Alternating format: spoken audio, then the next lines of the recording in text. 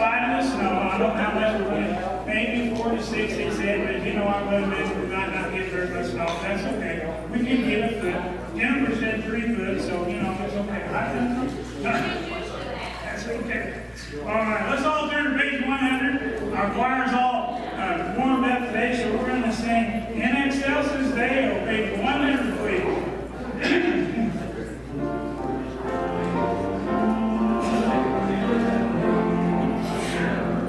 Angels may have heard on high, sweetly singing Lord the praise, and the mountains in reply, echoing their joyous strain.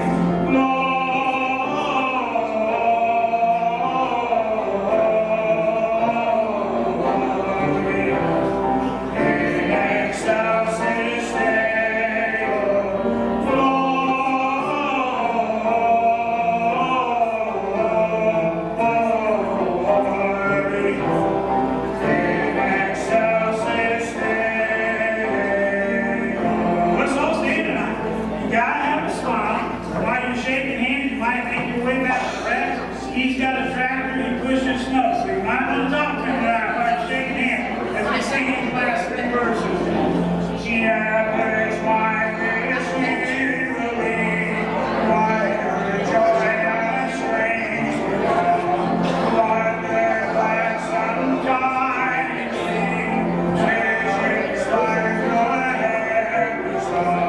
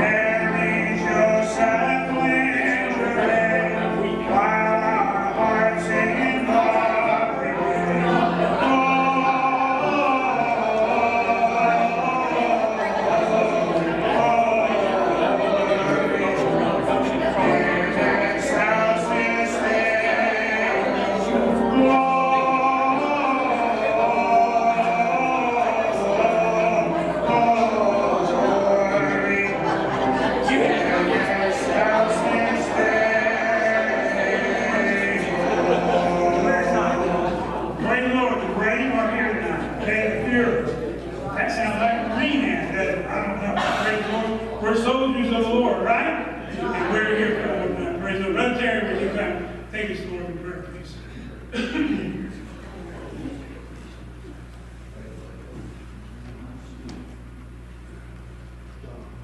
Let's pray. Dear Heavenly Father, we thank you for this day. Lord, thank you for your love and mercy, just everything you do for us.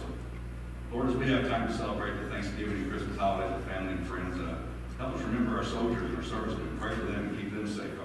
They're not coming home for the holidays. We just pray they will come home safely someday, Father. Be with the congregation, Father. Be with Brother Doug as he brings our message tonight.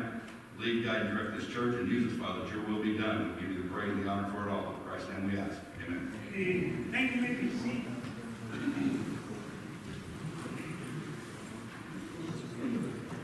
Antisocial. Well, good evening. As Brother Donnie pointed out, as you guys all already know, it's starting to snow out there. If you do not have a a cleaner ice scraper for your car, you're out of luck because your cars are completely covered in snow. So we'll have to figure that out for you. But I do remind everybody, I'll just to remind you of a few things. Please remember, next Sunday morning we will be having our Christmas cantata, the adult Christmas cantata. The kids did a great job this morning, didn't they? They did a great job. They really did. So they're going to have the adults next week. Also, too, do not forget Christmas Eve service at 6 o'clock here at the church. We'll also be having our opportunity music celebration on December 29th, that Sunday evening here at the church. So remember, if you have some songs you want to sing, bring those out. If you have some things you'd like to share at the church, a poem or other things, I know people have done that in the past, to please come out to do just that. Also, too, don't forget the chili cook-off that we're going to be having January 11th. I know there's some names signed up back there, but I know there's more than 5 people in our church. So come on, I know there's more than 5 people who can make chili, okay? So come on out for that. It will be an opportunity to have a lot of fun. We're gonna have some awards for sign-ups and for best chili and all that kind of stuff. And just so you know, how many of you have ever wanted to be a judge before in a contest? Right? Everybody gets to be a judge in our contest, okay? There's not just 1 or 2 people or 3 people. Everybody's going to have the opportunity to do that. So please come out and do that as we have the opportunity to get on January 11th here at the church. It's a Saturday evening, so 5 o'clock. We just have the time starting at 5, and we'll stay here as long as you want to, and have a good opportunity fellowshipping together with one another. So again, I'll say welcome tonight. I'll get this back over to Brother Donnie. I know he has one other announcement that he would like to share with us. I just got to say one thing about the chill. If you would have put a chili eat off, it would have been a lot more people sign up. But I mean, would sign up to eat chili. Okay, see? But you know, listen here, all right. Nancy had found a lady this morning that, and I don't know where she found this lady at, but she's got breast cancer. She can't get out. She's not doing real well at all. And I think it's her daughter has asked that people would come and carol at her house. And unfortunately, it's on Wednesday.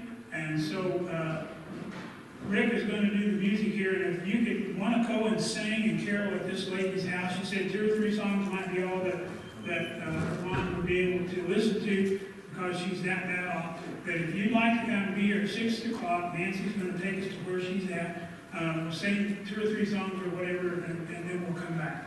So if you want to do that, just be here at church at 6 o'clock, and I'll try to remember. I'm bad about doing that. Right, Rex? I'm bad about dinner. But if you be here around 6 o'clock, and she wanted us there about 6:30. So if you'd like to do that, be here at 6 o'clock, okay, Wednesday night. Let's all turn to page 96. Give Christian men and ladies rejoice. Now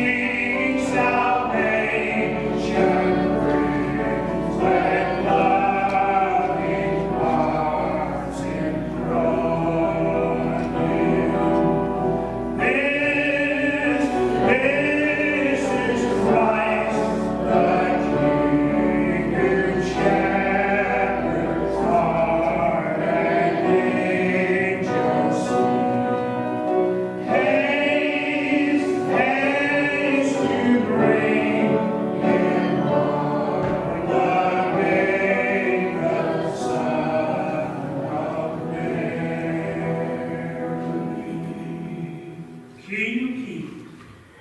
Salvation.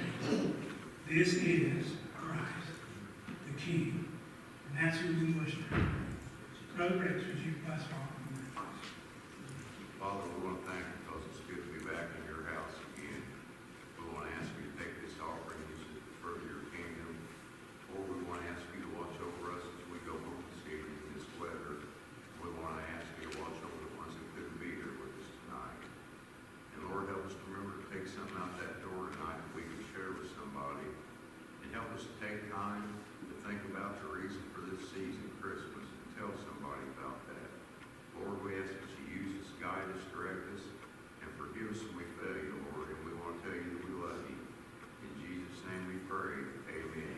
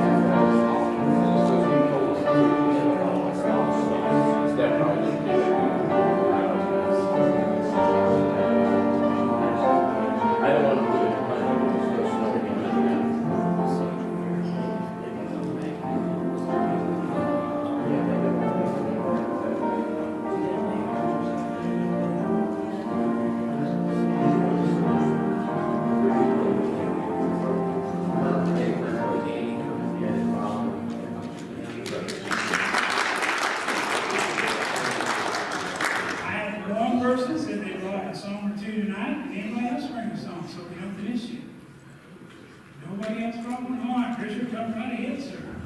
I was waiting to see Bill and Terry are the same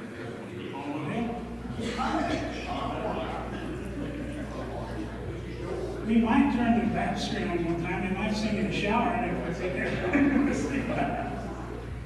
Good evening, everyone. All of you that brave to come out tonight. I'm just going to do a couple of very traditional Christmas tunes. If I can remember what they were, I'll tell you. Senior moment.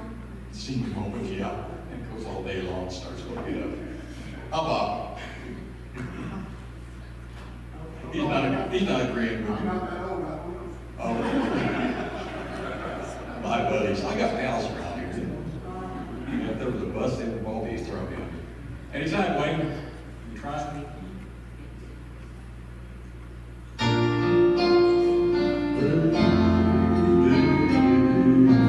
Everybody should know this, come on.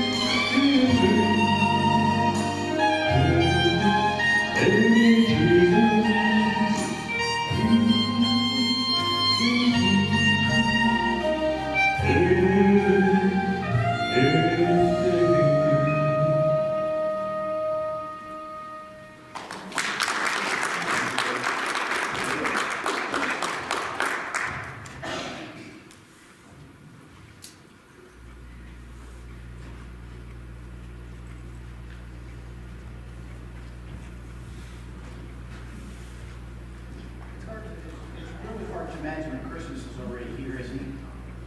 I thought it was very interesting as I was looking through the book of Ruth tonight, and the whole idea of redemption, the whole idea that we as people were so utterly lost that we needed and still need a Redeemer. And it's amazing to think as we go through the world, what it has to offer, go to different places, and the world it's never understood that concept. And I'll be honest with you, the more I study, and I guess the older that I get, I think a lot of times the church doesn't have a clue either. We really don't. We get caught up in so much stuff and forget what God really has done for us. Guys, let us remember Christmas every day of the year, not just at Christmas time, right? Redemption is something that we need because we need to be redeemed. We need to be set free. And in order for that to happen, we needed to have a Savior. But before a Savior could be born, God had to put all the dominoes in place, right? And that God had to have a plan, and He had a plan for you. He has a plan for me. He has a plan for His church. He has a plan for this world. And that plan involved bringing and giving His only Son to this world so that He could live for about 33 and a half years, that He then in turn would hang on a cross and die for us, and then live and rise for us. So the worldly part, or the earthly, the human side of the story, because there is a human side to it. You see, Jesus Christ had and was fully human. And we celebrate this every year at Christmas time, the fact that He was born for us, the fact that He came to us. And that I want us to never ever forget just that whole idea that we need redemption. And we're going to be in Ruth chapter 3, okay? So I want us to see here. Now remember, Ruth is coming back. Naomi has changed her name. Ruth, her husband died. Naomi's husband died. Her sister's husband died. And all this, and she's coming back, and she has started to work in the field of Boaz. Now remember, God does not do anything by accident, so it was not just a coincidence that she's working in the field of Boaz.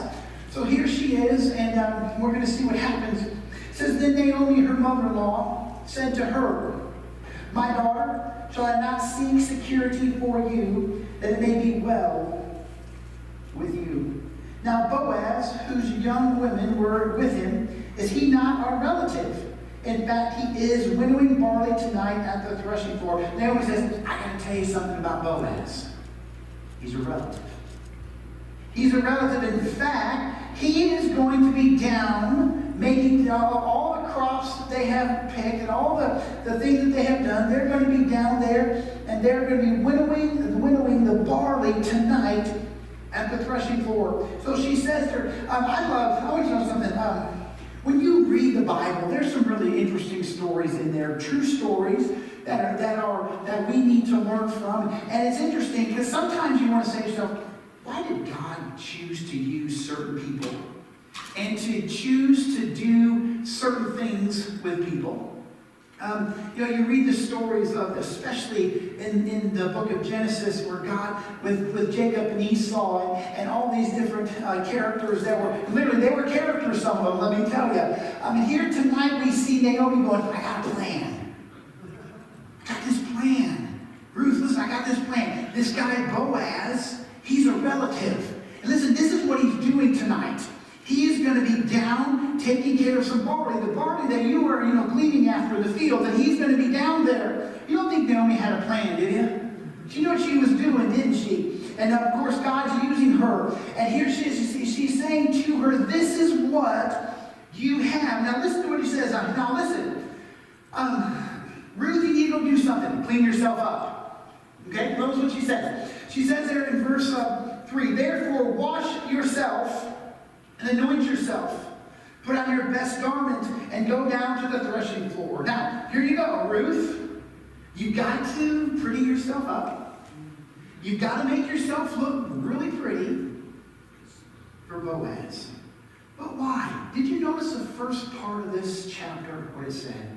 It said that Naomi was concerned about the fact that her daughter-in-law needed security in her life. I don't know if you caught that or not. But she says to her right there in verse 1, my daughter, shall I not seek security for you? And listen, we all know, I don't know about you guys, but when especially when you're dating someone, you always wanted to look your best, right? After you get married and the years go along, sometimes you try to, but it doesn't always work that way. There's a commercial out right now that this guy, poor guy, it's a fabric softener commercial. This poor guy has a V-neck t-shirt on. Have you seen that one? And, you know, I'm thinking, man, if that would have been my wife, but she would have been, see you later, dude. You know, come on.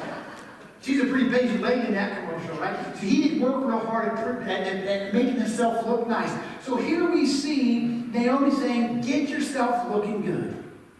Get yourself cleaned up because you need to go down to the throne. Listen, first of all, I want you to think about this. I remember when I was a kid, every year in Madairyville, Indiana, my uncle grew up there, and every year we would go to the farm and we would butcher hogs. You ever do that before? It is such a clean job, isn't it? Right? It is such a clean job. So every time I think of this story, here she is getting herself all cleaned up to go to a threshing floor. Okay? Here she is going down, and I'm not talking, it's not a pig pen or by any stretch of the imagination, but here she is, she's going down here, and Naomi says to her, get yourself cleaned up. Christian, one of the things we need to remember is we got to get ourselves cleaned up too. Okay? God wants us to be cleaned up. He will clean us up. We've got to let him do so. And here she is going down, and Naomi is saying to her daughter-in-law, go down, get yourself cleaned up to the threshing floor. Now, when it goes on, it says this, but do not make yourself known to the man until he has finished eating and drinking. It's interesting in the Old Testament, boy, they always do a lot of eating and drinking, and boy, did they get him into trouble. Okay? So don't take the second part of that very, okay? So you can do the eating part, but stay away from the drinking part, because I promise you they weren't drinking water, okay? And so they're going down, and they're there. Then it shall be when he lies down that you shall notice the place where he lies. And you shall go in, uncover his feet, and lie down, and he will tell you what you should do. Now remember, ladies, I want you to imagine for a moment your mother-in-law says, get yourself all prettied up. Run down to the threshing floor where the guys, well, they're supposed to be down there threshing the barley, but they're down there eating and drinking and having a good time. And now you need to go down there, and when you find out where he lays down, you're supposed to go and uncover his feet, you're supposed to go down there, but don't let anybody see you. How many of you would have said, right on top of that? Right? No. But here we see Naomi, and here is Ruth going through. One of the things here that we have to understand here, as most of you know, I grew up in Cronford, Indiana. Okay? To me, Indianapolis was the South when I was growing up. Okay? When I was growing up, I believe I had come to Indianapolis once in my life. Okay, one time. I went as I was at Indiana State, one of the words that I heard when I first moved there is, we're going to go Krogering. I had no idea what Kroger is. Never seen it before in my life. Okay? Where I grew up, we had Jewel and Osco. Okay? A&P supermarkets and so forth. I had no idea what Kroger was. It mean nothing to me. I thought that's weird. It must be a Southern thing. Okay? You see, culture plays big in things, doesn't it? Okay? One of the things that we have to remember, even in America, we have a lot of cultures. We have a lot of cultures, and sometimes we make fun of each other because we don't understand culture. Okay? When we first moved to Wyoming, one of the things that you find out there is what families do is they will have lots of property. Okay? Right now, I can go put you guys in 150 acres piece of property for about $30,000. Okay? So you can go out there, you can get yourself a lot of property, a lot of land. What a lot of families do, culturally, what they will do, especially when they have those huge pieces of property, is they will all live on that property. Mom and Dad will put a house over here, because Mom and Pop split one over here, and Uncle Joey brought one over here, and this person got one over here. That was just a culture thing. That's just the way a lot of people do it. Not everybody, but a lot of people do. And sometimes you first want to see that and go, that's weird. It's different. Well, Naomi was who? She was a Jew, right? Okay, so Naomi was, and Ruth was not. Ruth was a Moabite. Remember, they moved from Israel to Moab, and then they came back. And so one of the things that Ruth is not going to understand is culture. All right? Why? Never lived there. Okay? Never lived there. When we lived in Alaska, one of the things that you learned very quickly is that you always took your shoes off before you went into someone's house. You never asked, you just did it. Okay? When it rains 100 inches of water a year on you, it's pretty muddy. So it was a very cultural thing to take your shoes off. Cultural language, how about words? Are words cultural as well? Sure they are. Okay? When we lived in Alaska, one of the words that you learned very quickly was the word outside. Okay? And the word outside meant simply I'm leaving the States and going somewhere else. I'm going to the lower 48 or I'm going to this place or that place. That was just cultural words that you learned. And one of the things that, if you wanted to make inroads in the Native communities, where Jennifer and I were not in part of Native communities, but the Southern Baptist Convention, the Alaska Baptist Convention is that you would go into those communities culturally, and you would have to do things culturally, just like Paul talked about when in Rome. And I remember the state executive director one time, Cloyd Sullivans, he said to me, he goes, I got to tell you something. I do not remember the name of the town, I just know I believe it was up on the Arctic slope or somewhere thereabouts. And he said, I went to this town and one of the first things culturally you have to do is you meet with the elders first. You just don't go into a town and assume anything, you'll get in big trouble. So he went in and he said, we had this meeting and we were making a pact together. And they gave us, I do not remember if it was whale blubber or seal blubber, but either way it was blubber. Okay? And he said, here, and that's how they wanted it to, they were fellowshipping and so forth. He said, I had to go outside because I thought I was going to lose it all. Okay? How many of you guys have ever had Eskimo ice cream? You guys ever know you've got Eskimo ice cream? I'll tell you what Eskimo ice cream is, okay? It's not Ben & Jerry's or anything like that. But what it is whale blubber that is melted with berries put into it harder than you eat it. Okay? So this is all culture now. Remember, this is culture. It's very important to understand. So here's Ruth. Culturally, she has no clue what's going on. She really doesn't. Here she is. She's got her mother-in-law, Naomi. Her mother-in-law, who's the tells us there, if you notice earlier, it says she has come back to Bethlehem. Okay, back to Bethlehem there in chapter 2.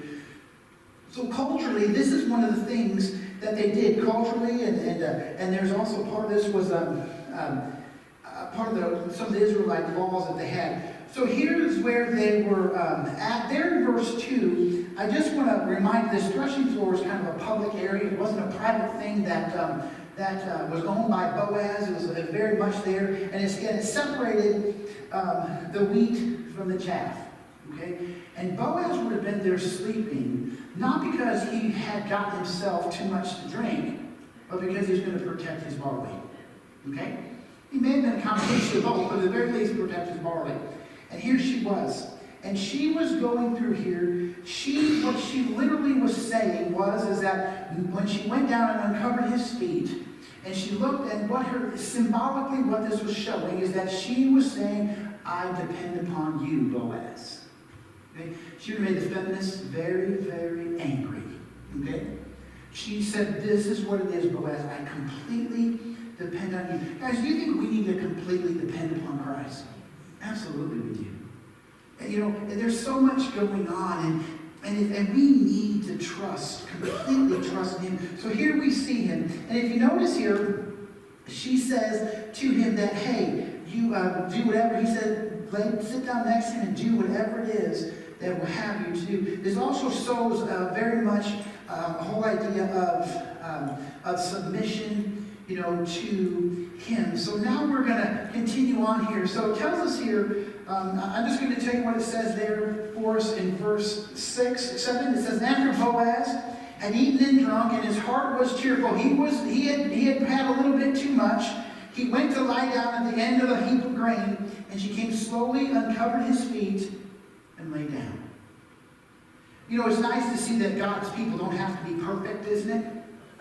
It's nice to see that sometimes God will use us even despite of ourselves. And here we see, again, very much common practice, unfortunately, even today, for people to spend so much time doing partying and so forth. But they were celebrating what? Harvest. Exactly, harvest. So they were celebrating this. So now we see this. So she went down and she laid down next to him. So literally, what was taking place is that she's saying, you know what? Now you have to make a decision. Ladies, how many of you asked your husband to marry you? Okay, nobody raised their hand. That's okay. Well, this is really what Ruth was doing. Okay? She was literally laying down at his feet in submission, and she was saying literally to him, I totally depend upon you, and that I want to be with you. Okay? So this is literally what is taking place here. And so all of a sudden, she has made this a very, very bold prediction here of what it is that was going to happen. Now, it happened at midnight that the man was startled and turned himself, and there a woman was lying at his feet, and he said, who are you? He probably even had a heart attack at that point. Okay? He opened up, he turned over, and there's this woman at his feet. Listen, he was a Jew. Okay? He was of the family, we know from the lineage of Jesus Christ. We know Boaz is there. We know that he was just a little bit removed from King David. So we know this. So he understood these customs as well. Okay, he understood all this. He would have understood this. And here she was.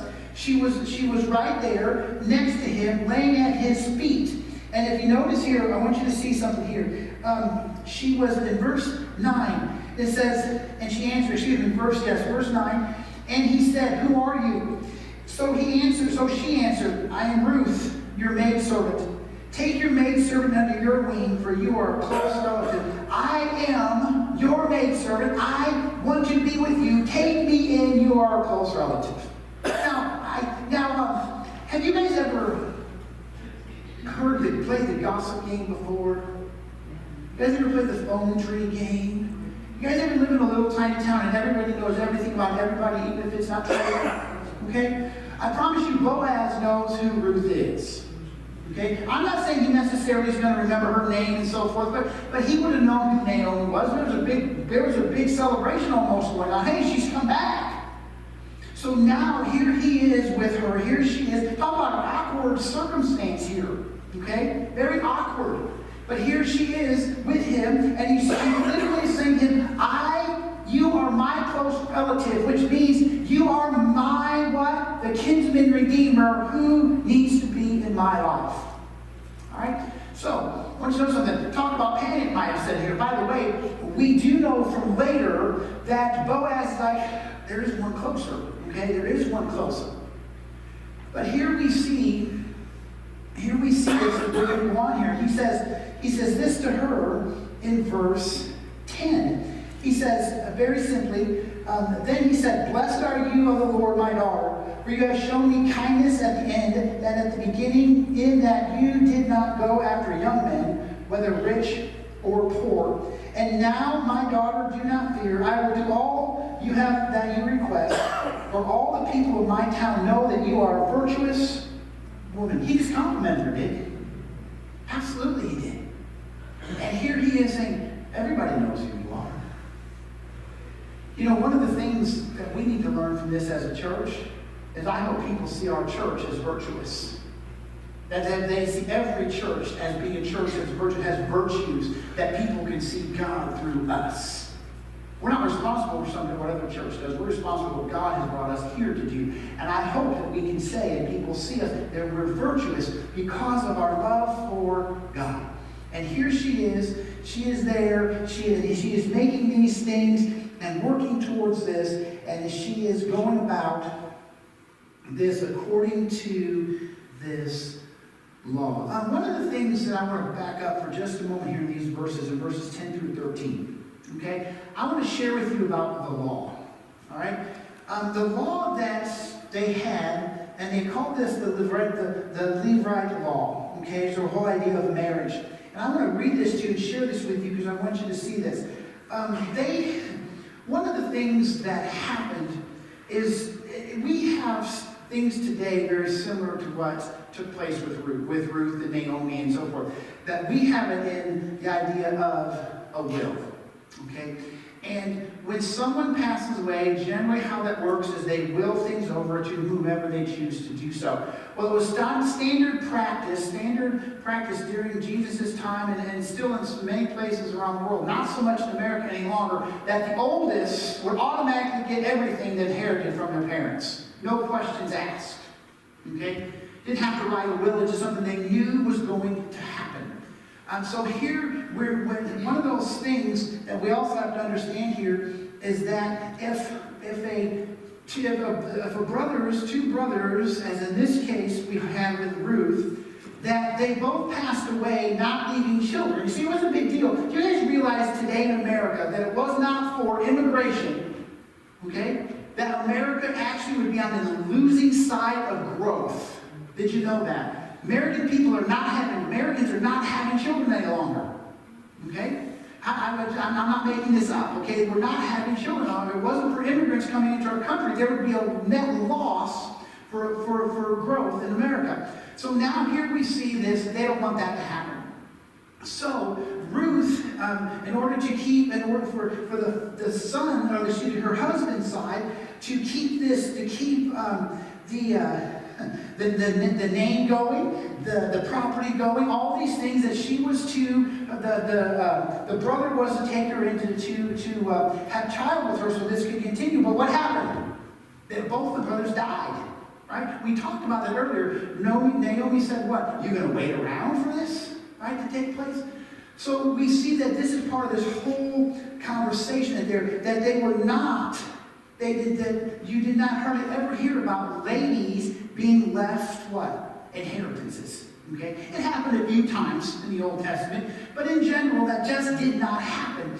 So this is what this is all about, so that she can have the properties that the family had continued in that family lineage that is there. And guys, as Christians, we need to be thankful that Christ died for us so we could inherit eternal life, inherit it. And this is what Ruth is going to play a vital part in that for your salvation and for my salvation and for the salvation of the world. So here we see this. Now, it's early in the morning, and if you notice there, we're going to go on here in verse 13. Verse 13. It says, "Stay this night, and in the morning it shall be, if he will perform the duty of a close relative for you good." Back in verse 12 it says, "There's one who's closer than you, a relative. However, there's one who is closer than I am." He says, "But if he does not want to perform the duty for you, then I will perform the duty for you. As the Lord lives, lie down until morning." So he has just told her, think maybe her bubble got burst a little bit. I think it probably may have. It's possible. Because who has she been focusing on for this whole harvest season? Boaz. Who did her mother-in-law say that she needed to focus on? Boaz. And all of a sudden Boaz goes, oh. Okay? So here we see her, though. She's a faithful woman. Ruth is a faithful woman. And here we see her being part of this. So he says, lie down. Verse 14. "So she lay at his feet until morning, and she arose before one, so for one could recognize another. Then he said, 'Do not let it be known that a woman came to the threshing floor.'" Don't let it be known that you were there. So, and also he said, "Bring the shawl that is on you and hold it." And when she held it, he measured 6 ephahs of barley and laid it on her. Then she went into the city. So he gave her even more to be taken care of. Do you think Boaz loved her? I think so. I think she caught Boaz's eye a long time ago. And so now she literally, listen guys, he didn't propose to her, she proposed to him. Okay? So here we see this taking place. We see her making sure that this happens. So now we're gonna see her go back home. Okay? Guys, one of the things that I learned from this morning from our kids, you guys learned anything from the kids' cantata this morning? If you didn't, go watch it on YouTube again, okay? Because hopefully you learned something from it. Because the fact of the matter is, what they said is, we've got to make sure people are told. Okay? I picked that up this morning. That make sure people are told about Jesus Christ. Now, one of the things here that Ruth is going to have happen here, and she goes back to her mother-in-law, and she's going to tell her what happens. Okay? Verse 16, "When she came to her mother-in-law, she said, 'Is that you, my daughter?' Then she told her all that the man had done for her. She went and told her. Okay? In American society, they would have said kissed and told. Okay? So she's going home and she's going to tell her mother-in-law. This should be exciting news, shouldn't it be? Because remember, what did Naomi do? Naomi said, we need to get you taken care of. You need to have security in your life. And guys, it happened in one night. One night. So don't anybody, I've heard people say, oh, that didn't take very long before they got married. I think we better walk saying that, because here we go. Boaz and Ruth, it sure didn't take them very long. Okay? So here we see them taking place. We see them that she's very much wants to be with him. He wants to be with her, but the hang-up is what? One closer than him. So here we see this taking place.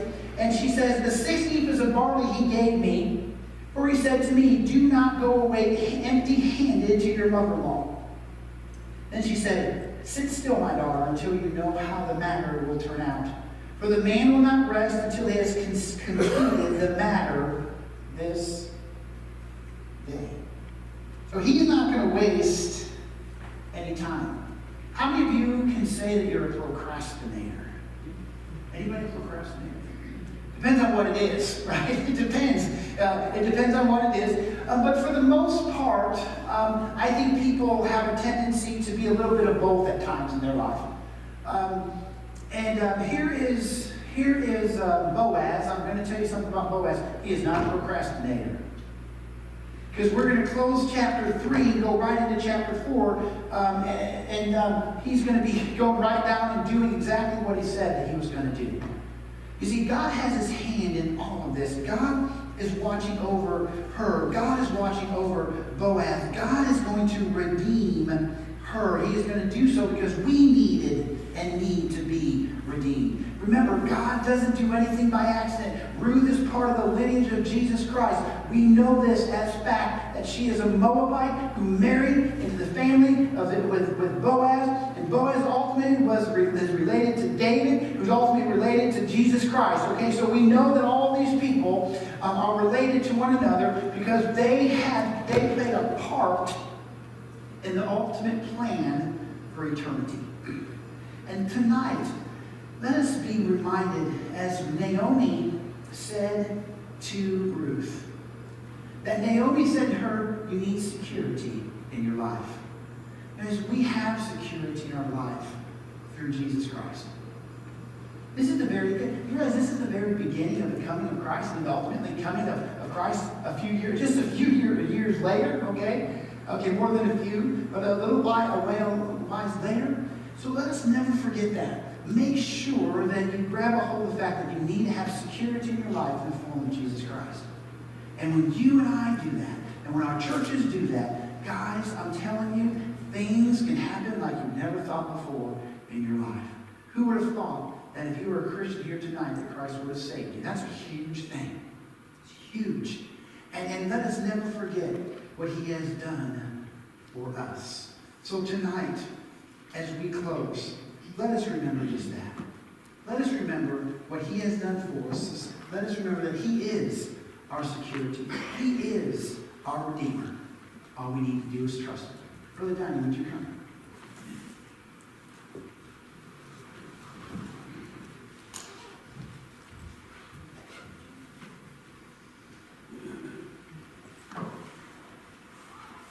Would you stand with us, please, as we sing page 325, Whiter Than Snow.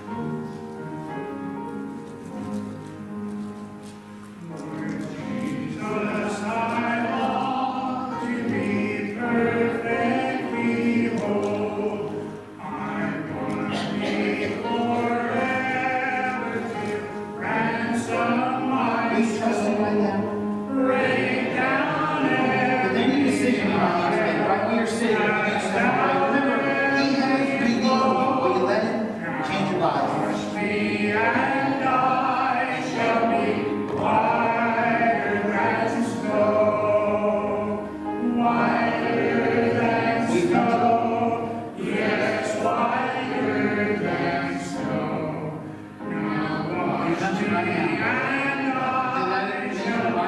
whiter than snow. Lord Jesus, for this I most humbly entreat. I'm blessed, Lord, at thy crucified feet. I'm made for my cleansing. I see thy blood flow. Now wash me, and I shall be whiter than snow. Whiter than snow, yes, whiter than snow.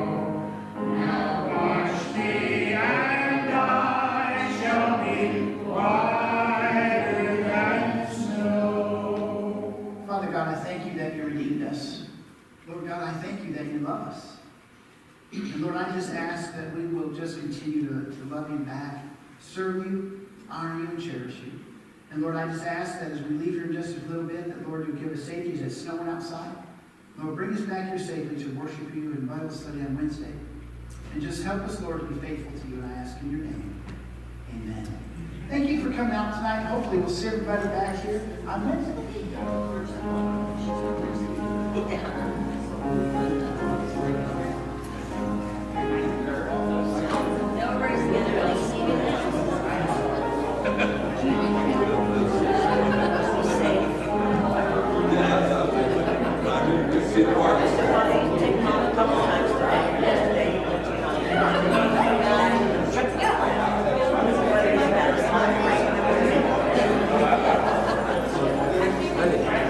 You say, oh, we don't have social security, I'm saying.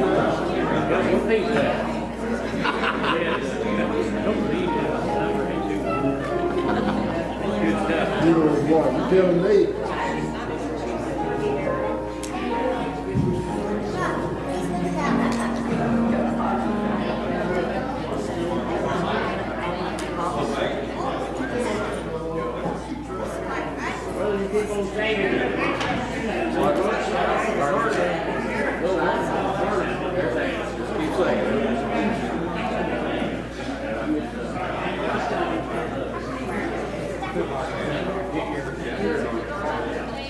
We'll see you later, Marcy. Hey, Butler.